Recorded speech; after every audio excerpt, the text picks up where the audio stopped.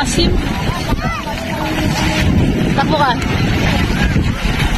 Sunod-sunod yung followers natin. Tignan nyo guys. Grabe to guys oh. Kaka-upload ko lang nung isang video 3:01 AM Manila time. Tignan nyo yung mga naka-follow. Ngayon ko nga lang to na-record pero kanina pa yan oh. Ganyan kabilis yung dami nung nagfa-follow. Okay, tandang-tanda ko nasa bago ko i-press yung voice over, nasa 4,500 followers tayo, okay? Itatry ko lang muna tong pabayaan habang nagva-voice over ako para makita nyo lang real time yung ayun oh, kapag nabingwit mo talaga yung wala kasi audience yung nagdi-dictate ng ng Facebook page kung sino talaga yung ayan oh, kita mo yung mga gusto nilang video itong yung mga kakagawa lang natin about low earning rate, tapos yung mga ayan oh, yung mga may kinalaman about sewing, clothing, textile, garment, okay? So kaya yun yung mga nagko-comment sila, tapos yung mga beach na travel videos, swimming, ayan. Okay, so mukhang try lang natin i-X kung merong Meron po tayong leggings. okay, so dito sila 305 pieces na yun. Okay, so tingnan lang natin guys kung anong nangyari. Tingnan natin kung kasi 4.5 thousand. Yun nga lang kasi hindi ko alam kung ilan yung 4.5, kung ilan siya exactly, pero tingnan na lang rin natin. And then i-check natin kung ilan yung views nung video na kaka-upload lang natin ng 9 minutes ago. Ayan yung date and time ng voice over ko at check natin kung anong nangyari. Okay, 3.35, nag-increase ba or wala lang? Okay, so ganun pa rin. Kung meron man yung bagong earnings, mamaya pa yan magre-reflect. Para makita niyo, check natin yung latest video natin.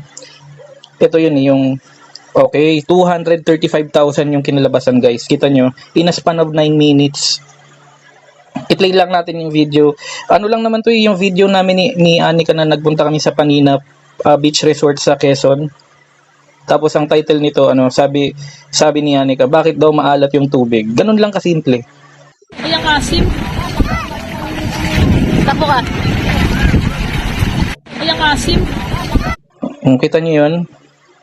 So ang daming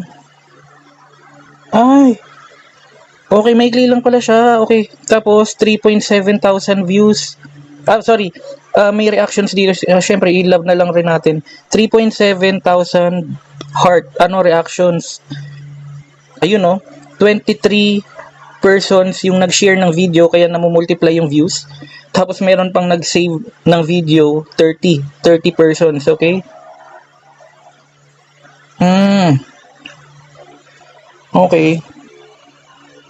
Sige, monitor na lang natin to, pero yun siya so far. 323k views. Tingnan lang natin kung may laman na yung data nito 323,758 audience.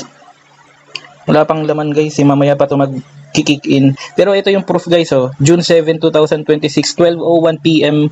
Pero UTC time zone to guys, tandaan nyo sure ako na I can religiously say and sure ako na 3:01 kasi naka-schedule to guys 3:01 AM Manila time ko siya sinet. Okay, kasi ito yung kasama sa mga time frame na sinuggest ni Facebook kung kailan tayo kung kailan kumbaga active yung mga audience natin, okay? Mas maganda kasi i-capture yung mga bagay-bagay na nakukuha mo real time para may interesting kasi siyang malaman. Makaka-contribute ito kung para sa yung strategy natin kung paano tayo gumawa ng content in the future, okay?